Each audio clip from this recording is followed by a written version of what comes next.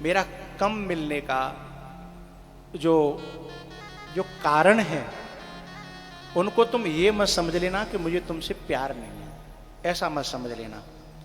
प्यार एक दिल का रिश्ता है। कम मिलने के जो कारण हैं, उससे तुम्हें कोई हानि नहीं होगी, उससे तुम्हें फायदा ही होगा और मुझे भी फायदा होगा, क्योंकि मैं भी अभी तैरना सीख रहा हूं और मुझे भी तैर करके पार जाना है। मैंने ये बेस लेने के बाद में कम से कम 20 साल तक न तो कोई मंत्र दिया, न किसी को शिष्य बनाया, और मैं चाहता भी नहीं था कि मैं किसी को मंत्र दूं और शिष्य बनाऊं। लेकिन कुछ लोग 20 साल तक लटके रहे, अड़े रहे, हटे ही नहीं। तब फिर मुझे मजबूरी में ये मंत्र और दीक्षा का कार्यक्रम करना पड़ा। परिवार के मुखिया को अभी भी मैं कम से कम मंत्र देने के पक्ष में रहता हूं। मैं टालता रहता हूं, जहां भी जाता हूं बोले गुरु पूर्णिमा को आना। जब तक वो आवे जब तक कहूं न कहूं चपक जाएगा तो कम मेरे गले में कम से कम पड़ेगा, क्योंकि घर के मुखिया 11 साल तक के किए हुए अपराधों का पाप, अपराधों का फल माँ बाप को भोगना पड़ता है। 11 साल से ऊपर बच्चे को भोगना पड़ता है। राज्य में किए हुए अपराधों का फल राजा को भोगना पड़ता है, पूरा पूरा नहीं, कुछ मात्रा में। ऐसे ही शिष्य के द्वारा किए हुए अपराधों का फल गुरु को भी भोगना पड़ता है। इसलिए अच्छा साधक, ये एक भजन है, और ये भजन जितना कम होए तैरने में उतनी सुविधा ज्यादा, और ये भजन जितना ज्यादा होए तैरवे में उतनी परेशानी ज्यादा। अब मुझे क्या कहना है, तैरने वाले को और तारने वाले को ये बात ध्यान रखनी पड़ती है कि वो खुद भी न डूबे और दूसरे को भी न डूबने दे। बात समझ में आ रही? उसके लिए उसे बार बार धक्का देना पड़ता है जिसको वो सिखा रहा है, लेकिन उसकी पकड़ से खुद को दूर भी रखना पड़ता है। नहीं बात समझ में आई? क्योंकि यदि उसकी पकड़ में जो डूब रहा है, उसकी पकड़ में यदि गर्दन आ गई,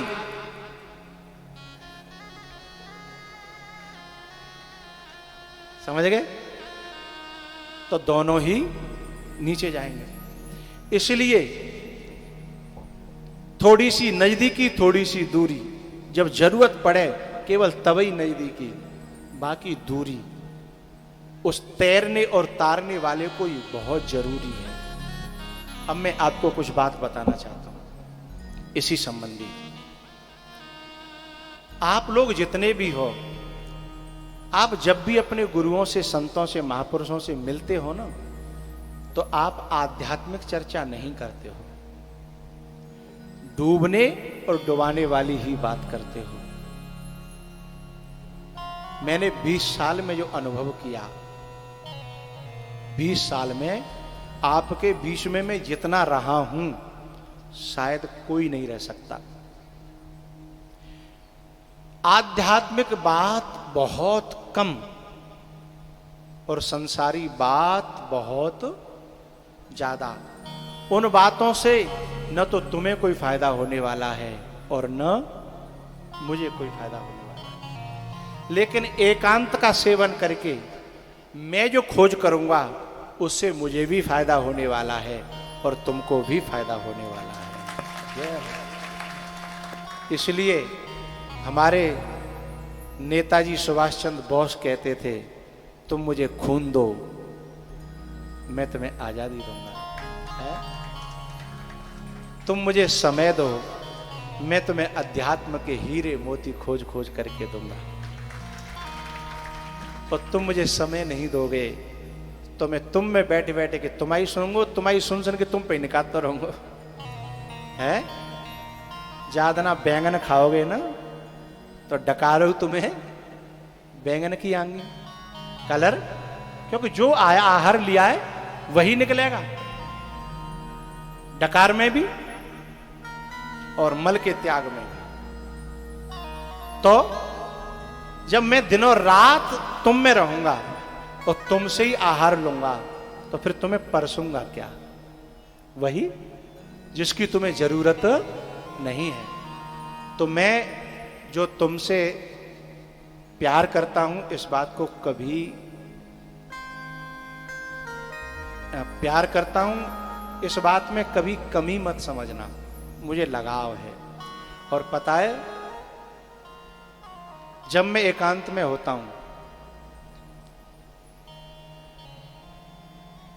तो तुम जितने यहां बैठे हो, कभी कभी तुम सब मुझे याद आते हो, सबका चिंतन होता है।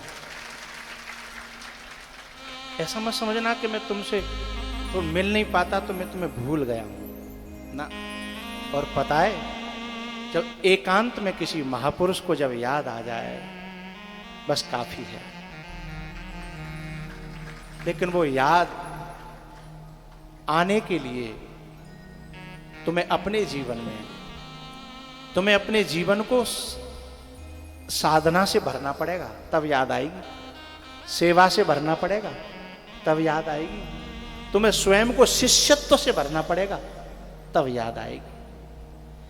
तुम संसार में अपने रचपच जाओगे तो फिर संसार वालों को तुम्हारी याद आएगी, तुमको संसार वालों की याद आएगी, फिर मैं वरकट हो जाऊंगा। तो जब जब मुझे तुम लोगों में से किसी की भी, चाहे भले ही मेरी तुमसे बात होती हो या न होती हो, जब तुम्हारा चिंतन बहुत गहरा होगा, तब मेरे हृदय में आकर के तुम्हारी याद टकरा ही जाएगी। तो मुझे पता चलता है कि फलाना याद कर रहा हूं।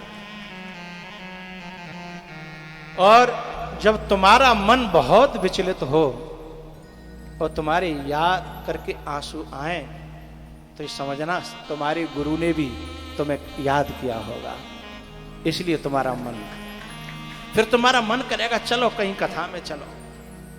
चाहे कथा 100 किलोमीटर पे हो, चाहे 200 किलोमीटर पे हो, चाहे पैदल जाना हो, चाहे वाहन से जाना हो, फिर तुम अपने आप को रोक न पाओगे। लॉकडाउन में कुछ ऐसी परिस्थितियां बनी कि कहीं आना जाना नहीं था, लेकिन अब परिस्थितियां सामान्य हैं। तुम लौटावाट कथाओं में आ सकते हो और जा सकते हो। ठहरने के लिए इसलिए मना है क्योंकि अभी तुम इसके योग्य नहीं हो। जो तुम जहां भी जाते हो राग द्वेष के परमाणु फैलाए आते हो, राग द्वेष के परमाणु। एक बात। दूसरी बात, पहले यजमान भी इस बात से परेशान हो जाता था कि मैं बाबा के आने जाने वालों की व्यवस्था करूं। इसलिए जब आप लोग कथाओं में आते हो और कई कई किलोमीटर तक आते हो, तो मुझे पता लग जाता है कि जहां पर रहो ना गए हो, अब जहां पे सहो ना गए हो, इसलिए ये इतनी दूर चल करके आया है। तो तुम्हारा जो रिश्ता है ना, अभी ये पिछली कथाओं से एक दो पंक्ति चल रही है, हमारा जो रिश्ता है ना, इसका कोई नाम नहीं है। कभी तुम्हें मैं बाप जैसा लगता हूँगा, कभी तुम्हें मैं माँ जैसा लगता हूँगा, कभी तुम्हें मैं भाई जैसा, कभी तुम्हें मैं गुरु जैसा, कभी परमात्मा जैसा है। क्यों? क्योंकि इस रिश्ते का नाम नहीं है, है?